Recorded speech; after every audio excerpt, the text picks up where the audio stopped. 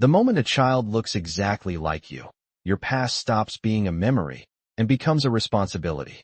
The auditorium glowed under soft gold lighting, rows of polished seats filled with families, cameras lifted, proud smiles caught mid-breath as names echoed across the stage. And at the center of it all stood Ethan Caldwell, tall, composed, every inch the billionaire CEO the headlines adored, his tailored suit sharp against the backdrop of banners and celebration, his fiancée Charlotte Hayes beside him in a fitted ivory dress, her hand resting lightly on his arm as flashes from phones flickered, like distant stars, capturing their arrival as if it were part of the ceremony itself. And for a moment, everything aligned perfectly: status, image, future, the kind of life that looked seamless from the outside, until it didn't, until the giant LED screen above the stage shifted to a wide-angle shot of the crowd, and the camera, careless and unaware of the storm it was about to create, paused on a woman standing near the back row, still, composed,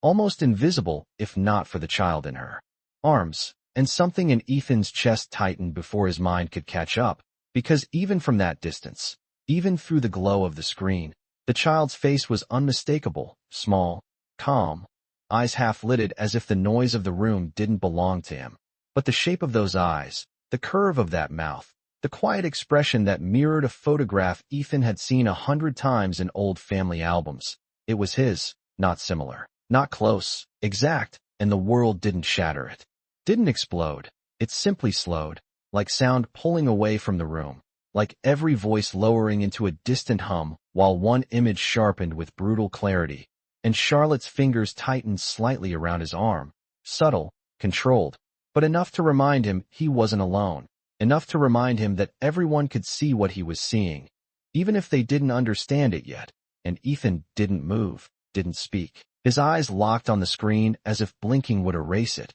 but it didn't disappear. The camera lingered just long enough for the resemblance to settle into the room like an unspoken question, and then it cut away, back to the stage, back to applause, back to celebration. But nothing felt the same, not the lights, not the air, not the steady rhythm of the program moving forward as if nothing had shifted, because something had, something irreversible, and without realizing it, Ethan's gaze dropped from the stage to the crowd, searching, scanning, until he found her again, Ava Brooks, standing exactly where the camera had caught her, her posture straight, her expression calm, not surprised, not shaken, just present, as if she had already lived this moment 1,000 times in silence. And when their eyes met across the distance, she didn't look away, didn't offer explanation or apology, just held his gaze with a quiet certainty that said more than words ever could. And in her arms, the child stirred slightly, adjusting against her shoulder, his small hand curling instinctively into the fabric of her coat, and Ethan felt something unfamiliar press against his chest. Not panic, not fear, something heavier, something rooted, something that didn't ask permission to exist. And for the first time since he walked into that room, the future he had planned, the one standing beside him, the one waiting ahead, began to feel distant, blurred at the edges by a single undeniable truth standing in the back row, silent, patient, and impossible to ignore. The applause came back like a delayed echo, filling the room in waves that felt disconnected from reality, too bright, too loud, too unaware of what had just shifted beneath the surface. And Ethan remained still for half a second too long before forcing himself to move, his hand adjusting the cuff of his sleeve in a motion so precise it almost looked rehearsed, while Charlotte leaned slightly closer, her voice low enough to be private but sharp enough to cut through the noise, asking who that was without turning her head. And he did not answer, not because he did not hear her, but because the answer was already forming in a place he had kept sealed for years, a place he had labeled finished, resolved, irrelevant. And yet there she was, Ava Brooks, not a memory, not a regret softened by time, but a presence standing 20 yards away with a child that carried his face like a signature he never signed. And the realization did not arrive all at once. It unfolded, piece by piece, in the way the child shifted, the way his brows drew together slightly, as if reacting to the lights, the way his fingers curled with a quiet familiarity that Ethan recognized before he could explain it. And suddenly the room felt smaller, tighter, as if every inch of space between him and that child had weight, had consequence, and Charlotte's hand pressed more firmly against his arm now, her posture unchanged but her awareness sharpened, because even without context, even without truth, something in his stillness was wrong, something in the way his attention refused to return to. The stage was impossible to ignore, and then the announcer called his name again, louder this time, inviting him forward, reminding him of the role he was supposed to play, the version of himself that existed under lights and expectations, and Ethan stepped forward automatically, each step measured, controlled, his expression returning to that familiar calm that had built empires and closed deals, but his mind did not follow. It stayed behind, locked on a single image that refused to fade, and, as he reached the stage, shook hands, accepted recognition, smiled for cameras that captured a version of him already slipping out of alignment. He felt the weight of something unspoken pressing harder against his chest. Not panic, not yet, but something heavier, something that demanded attention in a way nothing else in that room could. And when he stepped down, when the applause softened and the next name filled the air, he did not return to his seat immediately. Instead, he paused at the edge of the aisle, his gaze already searching, already finding her again, because he needed to confirm what he already knew, needed to see it without the distortion of a screen, without distance softening the details. And Ava did not move when he approached, did not shift her stance or tighten her hold on the child. She simply waited, her calm not passive but deliberate, as if she had anticipated this exact moment. And when he finally stood in front of her, close enough now to see every detail, clearly, there was no room left for doubt. The child looked up, eyes meeting his without recognition but with a quiet curiosity, and Ethan felt the air leave his lungs in a slow, controlled breath that did nothing to steady him, because the resemblance was not a question anymore. It was an answer, and his voice, when it came, was lower than intended, stripped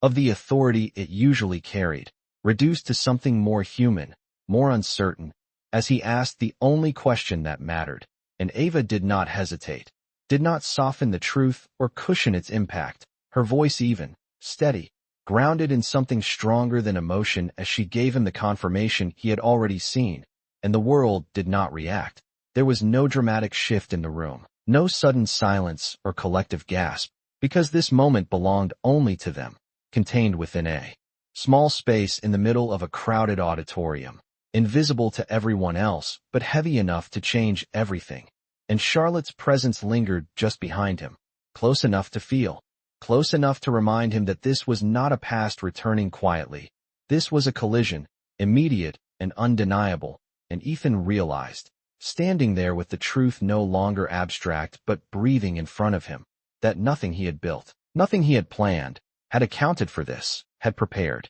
him for the weight of a reality that did not ask for permission to exist. And Ava, still steady, still composed, adjusted the child slightly in her arms as if to remind him, without words, that this was not about him anymore, that whatever came next would not be decided by power, or timing, or convenience, but by something far simpler and far more difficult to face, the truth he had left behind, now standing directly in front of him, waiting. Charlotte stepped forward before Ethan could say another word, her heels soft against the polished floor, but her presence sharp, precise, her hand sliding from his arm to rest lightly against his back as if to reclaim a space that had just shifted without her permission, and her voice, calm but edged with something colder, asked again who she was, this time not as a quiet curiosity, but as a demand that expected clarity. And Ethan hesitated, not because he lacked the answer, but because saying it out loud would solidify something he could no longer control,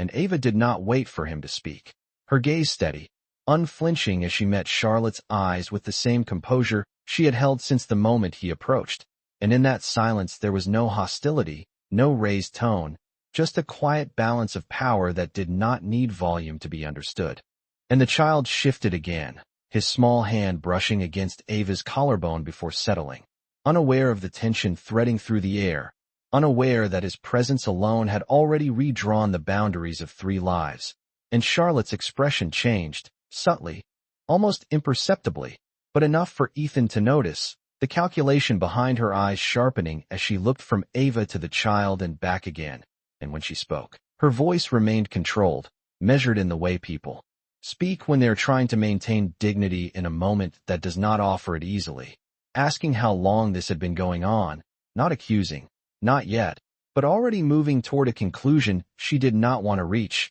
and Ethan opened his mouth, but no answer came. Because time itself felt distorted, compressed into a single point where past and present collided without warning, and Ava finally shifted her weight slightly, not stepping back, not stepping forward, just enough to reposition the child more comfortably, her movements calm, practiced, as if she had done this alone for longer than anyone in that room could measure. And when she spoke, her voice carried no bitterness, no attempt to explain beyond what was necessary, stating the truth in the simplest form, that there had been no ongoing story, no hidden relationship, just a moment in the past that had consequences he chose not to stay for. And the words landed without force but with weight, settling into the space between them in a way that could not be dismissed or reshaped. And Charlotte's posture stiffened slightly, her hand dropping from Ethan's back as the reality of what she was hearing began to take form, not dramatic, not loud, but undeniable, and Ethan felt it then, not just the presence of the child, not just the truth spoken aloud, but the shift in how he was being seen, not as the man who controlled outcomes, but as the one who had walked away from something that did not disappear simply because he did. And he looked at Ava again, really looked this time, noticing the steadiness in her expression, the absence of expectation, the way she did not ask for anything, did not demand recognition or apology, as if she had already built a life that did not depend on him showing up. And that realization pressed harder than anything Charlotte had said, harder than the questions forming around them, because it meant this moment was not about reclaiming something lost. It was about facing something he had never taken responsibility for in the first place. And the child looked at him again, more directly this time, eyes curious, unguarded, searching in a way that did not yet carry judgment, and Ethan felt his breath catch slightly, because there was no anger in that gaze, no accusation, just a quiet openness that made everything else feel heavier. And Charlotte took a small step back, just enough to create space, her silence now louder than any question she had asked, and the distance between them, subtle as it was, marked a shift that could not be undone. And Ethan stood there, caught between what he had built and what he had left behind, realizing that for the first time in years, control was no longer his to define. And Ava, still composed, still grounded, adjusted her hold on the child once more before meeting his eyes with a calm that carried no invitation, only truth, as if to say without words that whatever came next would not be decided by what he wanted, but by what he was willing to face. The space between them did not close. It stretched, thin and fragile, like something that could snap with the wrong word. And Ethan felt it in the way the air shifted, in the way Charlotte no longer stood beside him, but slightly behind, no longer aligned but observing, calculating. And for the first time since the moment began, he realized this was not just about what he had discovered. It was about what everyone else was beginning to understand, even without full context, even without confirmation, because presence alone was enough, because truth did not always need explanation to be felt. And Ava turned slightly, not away from him, but enough to signal movement, enough to suggest that this moment did not belong to him to extend, that she was not there to give him time to process what she had already lived through. And the child shifted again, his head resting lightly against her shoulder, his eyes drifting between them with quiet curiosity, and Ethan's instinct moved before his permission did, a small step forward, barely noticeable, but enough to close an inch of the distance that suddenly felt too wide. And Ava's gaze dropped briefly to his movement before returning to his face, not with resistance, not with fear, just a quiet boundary that did not need to be spoken to be understood. And he stopped, not because he chose to, but because something in her stillness told him that moving closer was not his right yet, that proximity was not something he could take, only something he might one day be allowed. And the realization settled deeper than anything else had so far, because it stripped him of the one thing he had always relied on, control. And Charlotte's voice broke the silence again, softer now, but heavier, asking if this was real, not to Ava this time but to Ethan. And he did not answer immediately, not because he was unsure, but because saying it out loud would finalize a truth that would ripple beyond this room, beyond this moment, into every part of the life he had built. And Ava did not intervene, did not defend, did not explain further. She simply adjusted the child's sleeve. Gently, her fingers careful, practiced, the small gesture carrying more meaning than any argument could, because it showed what time had done in his absence. It showed a routine, a life, a consistency he had not been part of, and Ethan noticed it, the ease in her movement, the familiarity in how the child leaned into her without hesitation, without question, and it struck him then, not as a sharp realization but as a slow, undeniable truth, that this was not a moment she had been waiting for. This was a moment she had prepared herself to handle without him. And Charlotte exhaled slowly, stepping another inch back, her composure still intact but her presence no longer anchored to his. And that small shift echoed louder than any raised voice could have, because it marked the beginning of something unraveling quietly, something that would not break in a single moment but would not return to what it was either. And Ethan finally spoke, not to Charlotte, not fully to Ava, but into the space between them, acknowledging what could no longer be avoided, his voice steady but lower than before, carrying none of the authority that once defined it, only the weight of recognition. And Ava met it with the same calm she had held from the beginning, not softening, not hardening, simply allowing the truth to exist without adding to it. And then, without urgency, without drama, she shifted her stance again and turned slightly toward the aisle, a quiet signal that she was leaving, that this moment had reached its natural end from her perspective. And Ethan felt something in his chest tighten, not panic, not yet, but a resistance to the idea of her walking away again, not after this, not with everything still unresolved. And yet he did not reach for her, did not call her name, because something deeper than impulse held him in place, the understanding that stopping her was not something he had earned. And as she began to walk, her steps steady, unhurried, the child resting securely in her arms, the distance between them began to grow again, inch by inch, and Ethan stood there, unmoving, watching not just a woman leave, but the reality of what he had missed, what he had ignored, what he now had to face without knowing if he would be given the chance to be part of it. And for the first time, the silence she carried did not feel like absence. It felt like a decision, one that did not need his agreement to stand. The sound of her heels did not echo loudly, but Ethan heard every step as if the room had emptied itself just to carry that single rhythm, steady and final. And for a moment he remained exactly where he stood, as if moving too quickly would break something fragile that had only just revealed itself. But then the instinct he had suppressed began to rise again, quieter this time, less about control and more about something unfamiliar, something closer to urgency without force. And he turned, not abruptly, not dramatically, but with a deliberate shift that followed her path down the aisle, his gaze fixed on the space she occupied rather than the crowd around them. And Charlotte did not follow immediately, her stillness behind him marking a line that had already begun to separate what they were from what they would become. And as Ethan stepped forward,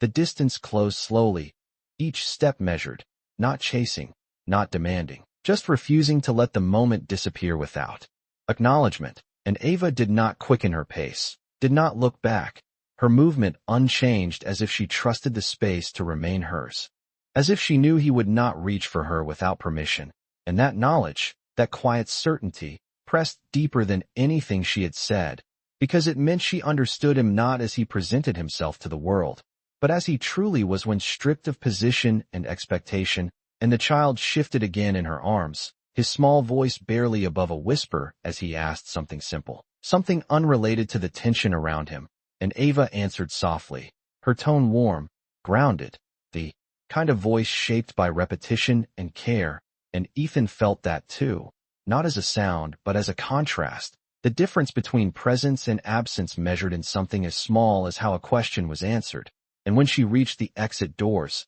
the light from outside spilling in through the glass panels, she paused, not because she was unsure, but because transitions, even quiet ones, required a moment. And Ethan closed the final few feet between them, stopping just short of crossing into her space, the boundary still intact, still respected. And for a second neither of them spoke, the noise of the auditorium fading behind them, replaced by the softer hum of the hallway beyond, and Ethan exhaled slowly, the words he had not said pressing forward now, not polished, not strategic, but necessary. And when he spoke, it was not a demand, not a question meant to challenge, but something simpler, asking if they could talk, not here, not like this, but somewhere that allowed more than fragments. And Ava turned her head slightly, just enough to acknowledge him without fully facing him, her eyes steady, assessing, not his words but the intention behind them, and she did not answer immediately, the pause stretching long enough to make the moment feel uncertain,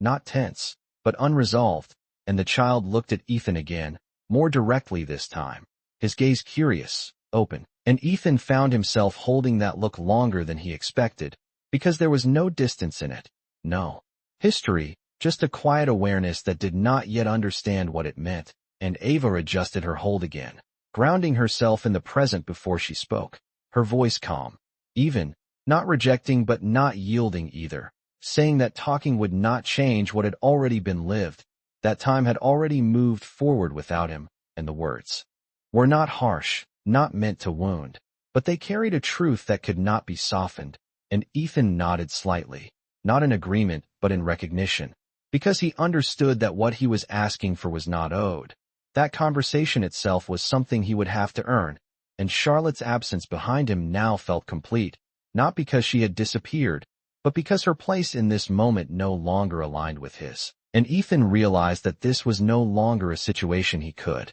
manage in pieces, no longer something he could compartmentalize and revisit later, because later had already arrived without warning, standing in front of him in the form of a child who carried his face and a woman who carried her life without him. And Ava turned back toward the door, her decision clear in the direction of her movement rather than in any dramatic declaration. And as she stepped through the threshold into the daylight, the space between them shifted once more, not wider, not smaller, but defined, and Ethan remained just inside, watching her step into a world that had continued without him, realizing that if he wanted to be part of it now, he would have to meet it where it was, not where he wished it had been. The daylight outside was softer than he expected, filtered through tall glass panels and reflecting off polished concrete, creating a quiet contrast to the controlled brightness of the auditorium behind him, and Ethan stepped through the doorway a second after Ava, not close enough to close the distance,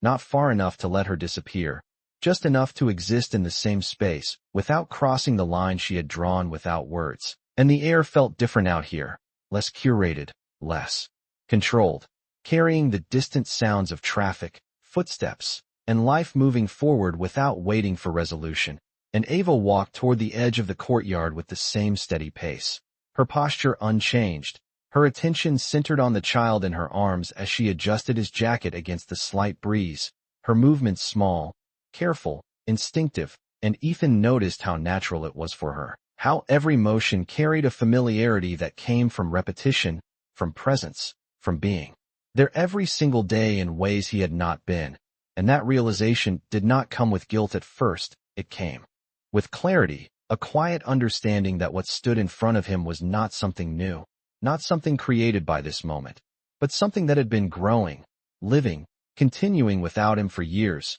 and the weight of that time settled differently than anything else had, not sharp, not overwhelming, but steady, like something that would not leave once acknowledged. And Ava finally slowed near a bench along the courtyard path, not stopping completely, just shifting her stance as the child stirred again, his small voice asking another question that Ethan could not fully hear, and Ava answered softly, her tone warm, consistent, the kind of voice that did not need to change to reassure, and Ethan stood a few feet away, close enough now to see the details he had missed before, the way the child's hair caught the light, the way his expression shifted between curiosity and comfort, and for a brief moment, the world narrowed again, not into shock this time, but into something quieter, something more grounded, and Ethan realized he did not know his name, did not know the simplest thing about him, and that absence felt heavier than any accusation could have, and when he spoke again, his voice carried less hesitation now, not because he felt more confident, but because silence no longer felt like an option, asking what his name was, and Ava glanced at him briefly before answering, her voice even, unguarded in its simplicity as she said Noah, and the name settled into the space between them with a weight that felt disproportionate to its softness, because it was the first piece of reality he could hold on to, the first thing that belonged to the child beyond resemblance. And Ethan repeated it quietly, not to confirm but to understand, and Noah looked at him again when he heard his name, his eyes studying Ethan with a kind of open curiosity that did not yet carry recognition. And Ethan felt something shift again, not dramatic, not immediate, but real, because for the first time, this was not about what Noah represented. It was about who he was, a child with a name, a presence, a life that had nothing to do with boardrooms or headlines. And Ava adjusted her hold slightly, as Noah leaned into her shoulder again, his attention drifting,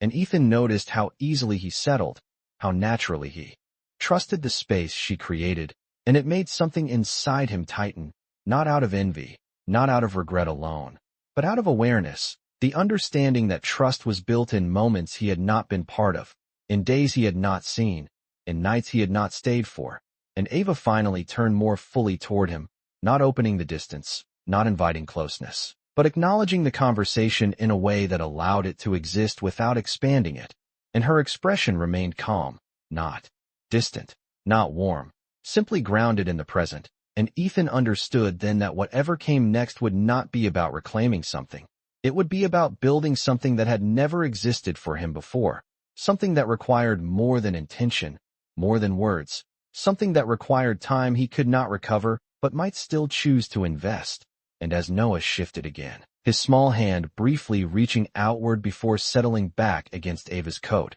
Ethan felt the smallest pull in his chest, not a command, not a right, just a possibility, fragile and uncertain. And for the first time since stepping out of that auditorium, he did not try to control what the next moment would be. He simply stood there, present, aware, and willing to face whatever it required. The breeze shifted slightly across the courtyard, carrying the faint scent of rain from somewhere beyond the city blocks. And for a moment, everything felt suspended, not frozen, but held in a space where nothing needed to rush forward before it was understood. And Ethan remained where he stood, not moving closer, not stepping back, allowing the distance between them to exist without trying to reshape it, because for the first time, he understood that closing that space too quickly would not bring him closer. It would only push something further away. And Noah stirred again, lifting his head slightly from Ava's shoulder as his attention caught on something small, a passing bird,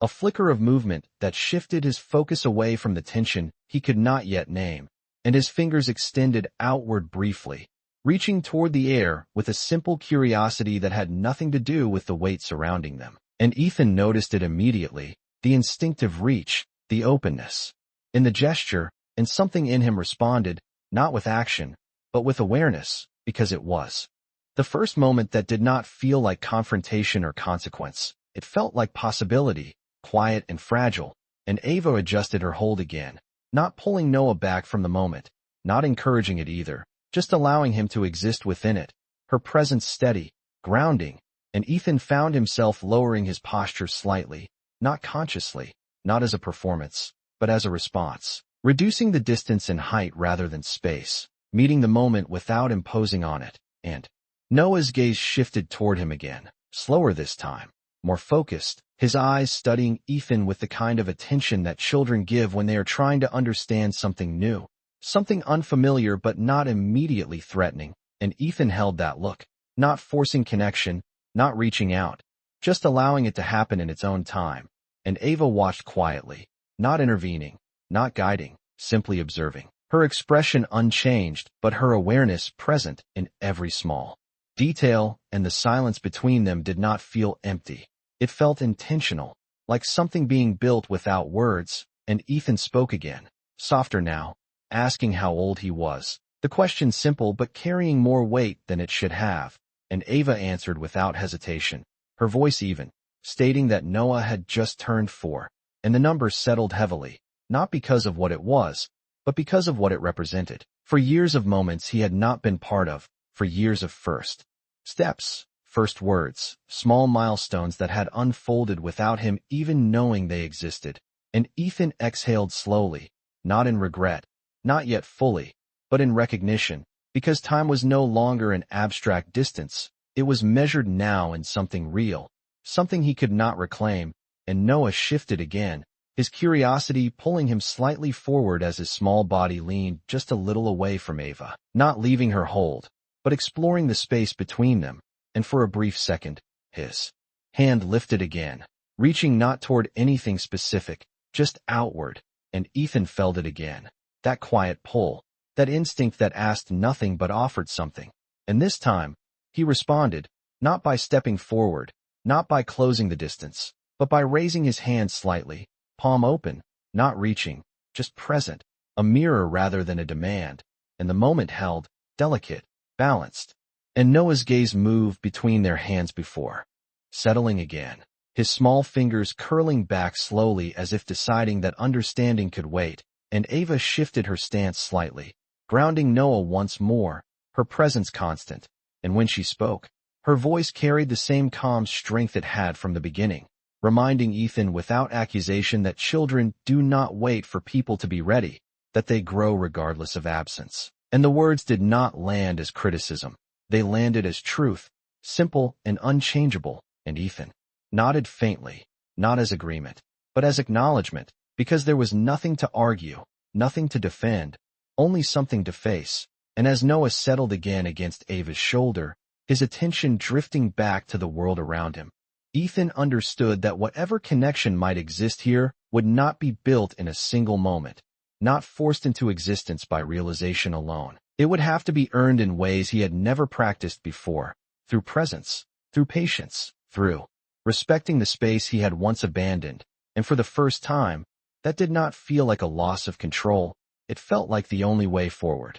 The light shifted again as a cloud passed overhead, softening the edges of everything in the courtyard, and for a moment the world felt quieter, as if even the city had lowered its voice to let something fragile continue without interruption, and Ethan remained still, not because he did not know what to do, but because for the first time he understood that knowing was not enough. That action without awareness would only repeat what had already been lost, and Ava watched him with that same calm presence, not distant, not inviting, simply allowing him to exist in the space without adjusting herself to accommodate him. And that alone changed something in him, because he was used to rooms shifting when he entered, used to conversations bending, decisions aligning, outcomes responding to his presence. But here, nothing moved unless it needed to, nothing adjusted unless it was earned, and Noah shifted again, his small hand brushing against Ava's shoulder before lifting slightly, as if testing the air again.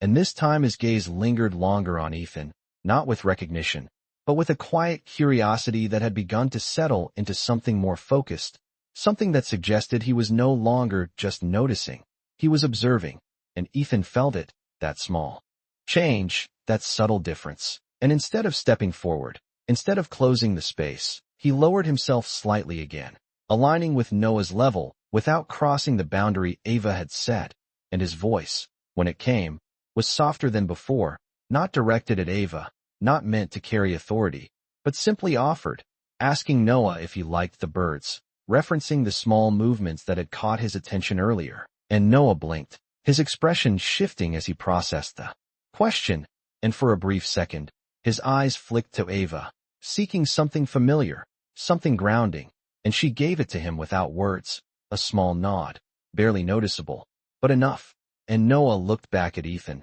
his voice quiet but clear as he answered with a simple yes. And the word did not carry weight in itself, but in the moment it became something more, because it was the first exchange that belonged to them, not defined by past or consequence, just a small bridge built in real time. And Ethan nodded slightly, not exaggerating the moment, not turning it into something bigger than it was, just accepting it for what it could become. And Ava watched the interaction without interruption, her presence steady, her eyes attentive, and there was something in her expression now, not softened, not changed, but aware in a different way, as if she was measuring not what he said, but how he held himself within the moment. And Ethan felt that too, the understanding that this was not about proving anything in a single conversation. This was about consistency, about whether he could remain present without taking, without demanding, without reverting to the patterns that had defined him before. and the realization settled deeper than anything else had so far, because it required something unfamiliar, patience without guarantee, effort without immediate result, and Noah shifted again, leaning slightly forward this time, his attention drawn back to the small details around them, and for a brief second, his hand lifted again, closer now, not reaching fully, but not pulling back either, and Ethan mirrored the stillness, not advancing, not withdrawing, allowing the moment to exist without forcing it into completion, and Ava adjusted her stance slightly, grounding Noah once more, her movements quiet, controlled, and when she spoke, her voice carried the same steady tone, not directed at Ethan as a challenge, but as a reminder, saying that trust does not begin with presence, it begins with consistency, and the words did not land heavily. They settled, like something already understood but now clearly defined, and Ethan nodded faintly, not in agreement, but in acceptance,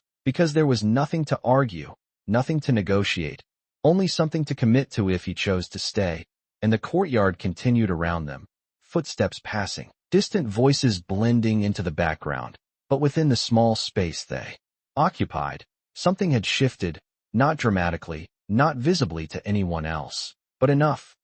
to mark the difference between a moment of confrontation and the beginning of something that could grow if handled with care. And as Noah settled back against Ava's shoulder, his attention drifting again, Ethan understood that whatever came next would not be decided here, not in a single exchange, not in a single realization, but in the quiet accumulation of moments he had yet to earn, and for the first time, he did not look for a way to control that outcome. He simply stood there, present, knowing that staying would be the only way forward. The courtyard did not change, but something within it settled into a quieter rhythm, as if the moment had found its place without needing to be resolved, and Ethan remained where he stood, not because he was uncertain, but because for the first time he understood that leaving too soon would mean repeating the same absence that had already shaped too much of what stood before him. And Ava adjusted Noah slightly as he shifted against her shoulder, his attention drifting in and out of the small world he understood, and the simplicity of that movement grounded everything in a way nothing else could, because it was real, immediate, untouched by expectation or history, and Ethan watched it carefully, not analyzing, not trying to interpret beyond what was there, just allowing himself to see, and that alone felt unfamiliar, because he had spent years turning moments into decisions, outcomes into strategies. But this was not something to be solved, it was something to be present for, and Ava finally stepped toward the bench nearby, lowering herself into a seated position with a quiet ease, her movements unhurried, practiced, and she adjusted Noah, so he sat more comfortably against her, his small legs resting across her lap, his focus now fully on the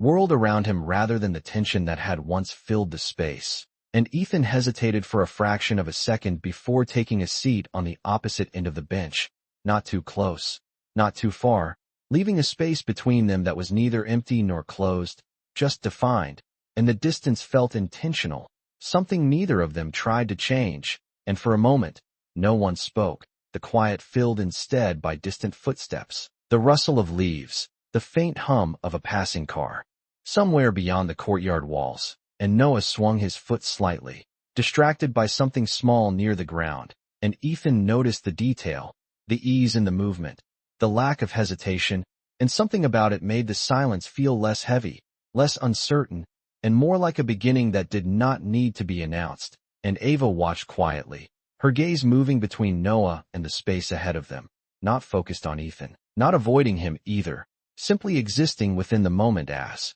it unfolded. And after a while, Noah looked up again, his attention shifting back toward Ethan, and this time there was less distance in his gaze, less hesitation, as if the unfamiliar had become something he was beginning to accept without needing to understand it fully, and Ethan met that look with the same stillness he had held before, not reaching, not pulling away, just present. And when Noah spoke, his voice soft but clear, asking a simple question about the birds again, Ethan answered, without overthinking, without trying to make it more than it was, just a conversation built on what was in front of them. And Ava listened without interruption, her expression unchanged but her presence attentive, and there was something in that quiet allowance that shifted the space again, not opening it, not closing it, but acknowledging that this moment, small as it was, mattered, and time moved slowly, not dragging, not rushing, just passing in a way that felt different from everything that had come before. And Ethan realized that this was what he had not understood before. That connection was not built in declarations or sudden realizations. It was built here, in the quiet, in the consistent, in the moments that did not demand attention but earned it over time. And Ava finally spoke again, her voice steady, not soft, not sharp, simply clear, saying that what happens next would not be decided today, that there would be no immediate answers, no sudden changes, only time. And the words did not feel like distance. They felt like structure, something defined, something that allowed the future to exist without forcing it into shape too quickly. And Ethan nodded slowly, not out of agreement alone, but out of understanding, because for the first time, he was not trying to accelerate what stood in front of him. He was accepting that it would unfold at its own pace. And Noah leaned slightly closer to Ava again, his energy settling as the moment stretched into something quieter, more stable, and Ethan remained there, not as a visitor, not as an interruption, but as someone who had chosen to stay, not knowing what it would lead to, but understanding that staying was the only way anything could begin. And in that quiet, without announcement, without resolution, something shifted, not in what was said, but in what was allowed to exist, and for the first time, that was enough.